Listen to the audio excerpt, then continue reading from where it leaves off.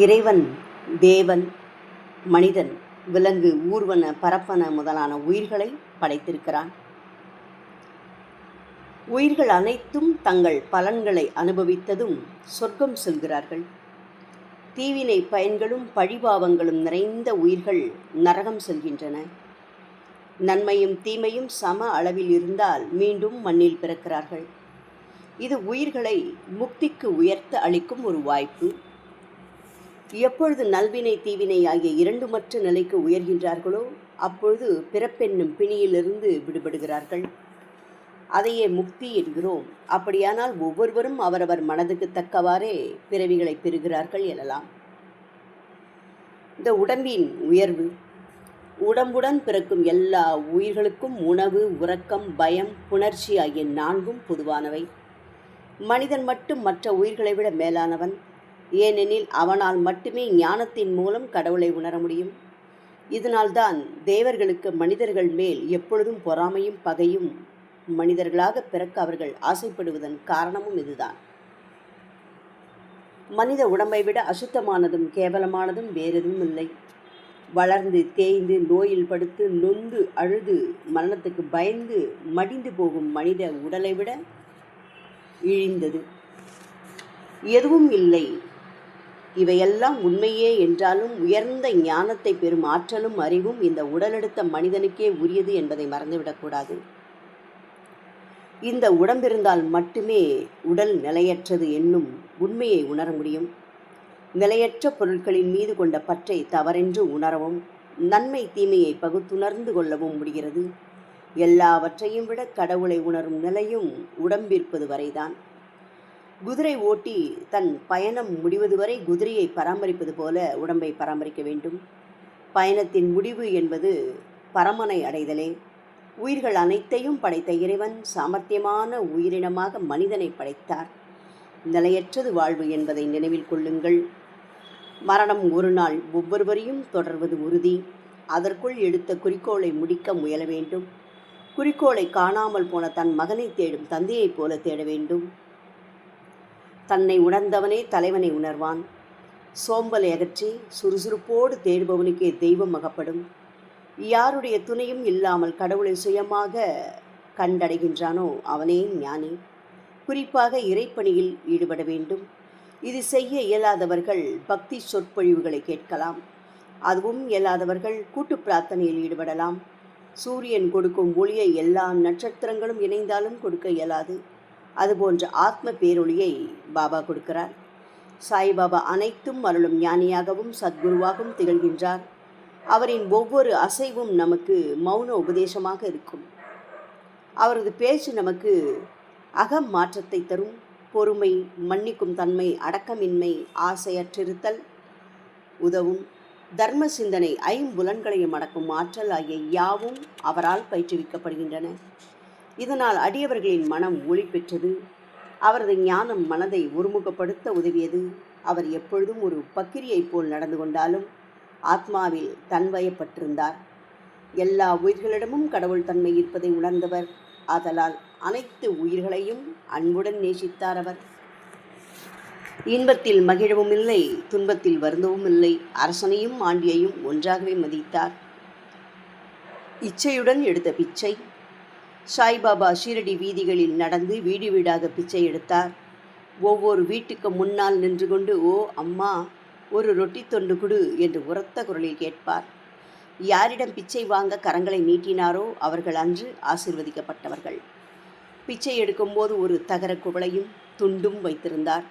ஒவ்வொரு நாளும் சில குறிப்பிட்ட வீடுகளுக்கே சென்றார். பால், மோர், சூப், கறி வகைகளை தகர குவளையிலும் ரொட்டி, சோறு போன்ற உணவுகளை துண்டிலும் வாங்கினார்.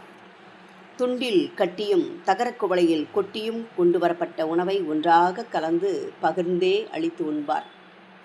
நண்பகல் வரை பிச்சை எடுத்தார். எவ்வளவு நேரம் பிச்சை எடுப்பது என்பது போன்ற வரையறை எதுவும் அவர் வைத்து கொள்ளவில்லை. கொண்டு வந்த உணவை ஒரு மண் சட்டியில் கொட்டி அதிலிருந்து அவரோடு நாய், பூனை, காக்கைகளும் சேர்ந்தே உண்டன. அவைகளை பாபா ஒரு நாளும் விரட்டியதே இல்லை. மசூதியை சுத்தம் செய்யும் ஒரு பணிப்பெண் சில வேளை அதிலிருந்து தனக்கு தேவையான அளவு ரொட்டிகளை எடுத்து சென்றாள். பாபா அப்பொழுதும் அதற்கு மறுப்பேதும் கூறியதில்லை. நாய்களையும் பூனைகளையும் சேர்ந்துண்ண அனுமதித்த அவர் மக்கள் உணவெடுத்தால் எப்படி மறுப்பார்? இப்படி உணவை பெற்றவர்கள் வாழ்க்கையின் பாபாவின் ஆசி பெற்றவர்கள். இப்படி இறந்துண்டு வாழ்ந்த இவரை யார் மதித்து மரியாதை செய்வர்? முதலில் பலரும் பாபாவை ஒரு கேனப்பக்கிரி என்றே எண்ணினார். மனதாலும் செயலாலும் ஆசையற்றவராகவும் தாராளமானவராகவும் இருந்தார் பாபா. புறத்தில் பரபரப்புடன் காணப்பட்டாலும் அகத்தில் அமைதியும் நிதானமும் உடையவராக இருந்தார். எனவே சிலர் பாபாவை பரமாத்மாவாகவே மதித்தனர். காடு வந்தவரை கருத்தில் கொண்டவர். பாயாஜிபாய் என்னும் அம்மையார் தாத்யா கோத்தே பாட்டீலின் அன்னை. அவர் தினமும் ரொட்டியும் காய்கறிகளும் அடங்கிய கூடையை தலையில் சுமந்து கொண்டு கேனப்பக்கிரியை தேடி காடு மேடாக அலைவார். அங்கே அசைவற்ற நிலையில் தியானத்தில் அமர்ந்திருக்கும் பாபாவின் பாதத்தில் வீழ்ந்து வணங்கி கொண்டு போன உணவை இலைவிரித்து படைப்பார். அவர் உண்ணாமல் இருந்தால் பலவந்தப்படுத்தி உண்ண வைப்பார். அவரது இந்த சேவையை உச்சரிப்பு என்று எடுத்துக்கொண்டாலும் சரி, தவம் என்று வைத்து கொண்டாலும் சரி, பாபா தன் வாழ்நாள் இறுதி வரை மறக்காமல் இருந்த பண்பு அந்த அம்மையாருக்கு சொந்தமானது. இந்த சேவையை நினைவில் கொண்ட பாபா அந்த அம்மையாருடைய மகனுக்கு உயர்ந்த உதவிகளை செய்தார். தாய்க்கும் மகனுக்கும் பக்கிரியாக தெரிந்த பாபா மீது மிகுந்த பற்றும் பக்தியும் இருந்தது. ஆகவே பாபா அவர்களிடம் ஆண்டித்தனமே உண்மையான அரசத்தனம், ஆண்டித்தனம் நிலைத்ததும் அரசத்தனம் என்னும் பிரபுத்தனம் நிலையற்றது என்று கூறுவார். சில ஆண்டுகளுக்கு பிறகு பாபா காட்டுக்கு போகும் பழக்கத்தை நிறுத்தி கொண்டார்.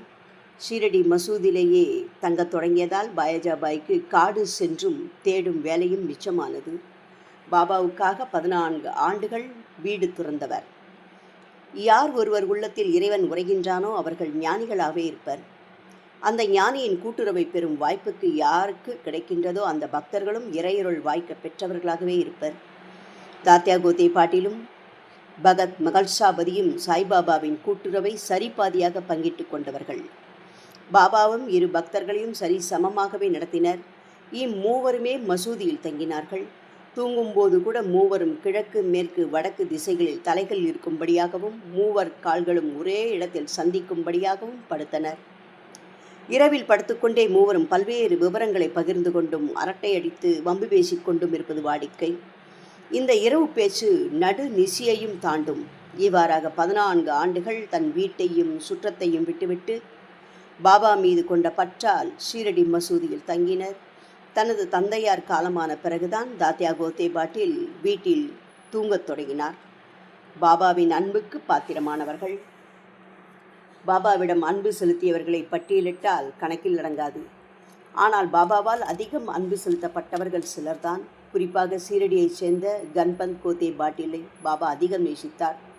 ரகதாவைச் சேர்ந்த சந்திரபன் ஷேட் மார்வாடியையும் அவருக்கு சமமாக நேசித்தார்.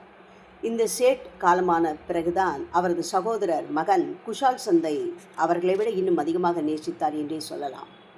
ஆகவே பாபா அடிக்கடி ரகதாவுக்கு செல்வார். மாட்டு வண்டியிலோ அல்லது குதிரை வண்டியிலோ செல்லும் பாபா நண்பர்களையும் அழைத்துச் செல்வார். குஷால் சந்த் பாபாவையும் அவரோடு பயணமாகும் குழுவையும் கிராம எல்லைக்கே வந்து மேளதாளத்துடன் அழைத்துச் செல்வார். அப்போது ஊரே விழாக்கோலம் பூண்டிருக்கும். பாபாவை தன் வீட்டுக்கு அழைத்துச் சென்று விருந்தளிப்பார் குஷால் சந்த். மகிழ்ச்சியான உரையாடலோடு உணவு உண்ட பின் பாபா அனைவருக்கும் ஆசி வழங்கிவிட்டு புறப்படுவார். வடக்கே நீம்காவனுக்கும் தெற்கே ரகதாவுக்கும் இடையில் அமைந்ததுதான் ஷிரடி. தன் வாழ்நாளில் பாபா இந்த இரு இடங்களுக்கும் அப்பால் சென்றதே இல்லை. எப்பொழுதும் அவர் ரயில் வண்டியை பார்த்ததும் இல்லை, பயணம் செய்ததும் இல்லை. ஆனால் அத்தனை ரயில் வண்டிகளும் வந்து போகும் நேரங்களையும் அறிந்து வைத்திருந்தார் பாபா. சாயியை பணிந்தால் சாந்தி நிலவும். ஓம் ஷரா.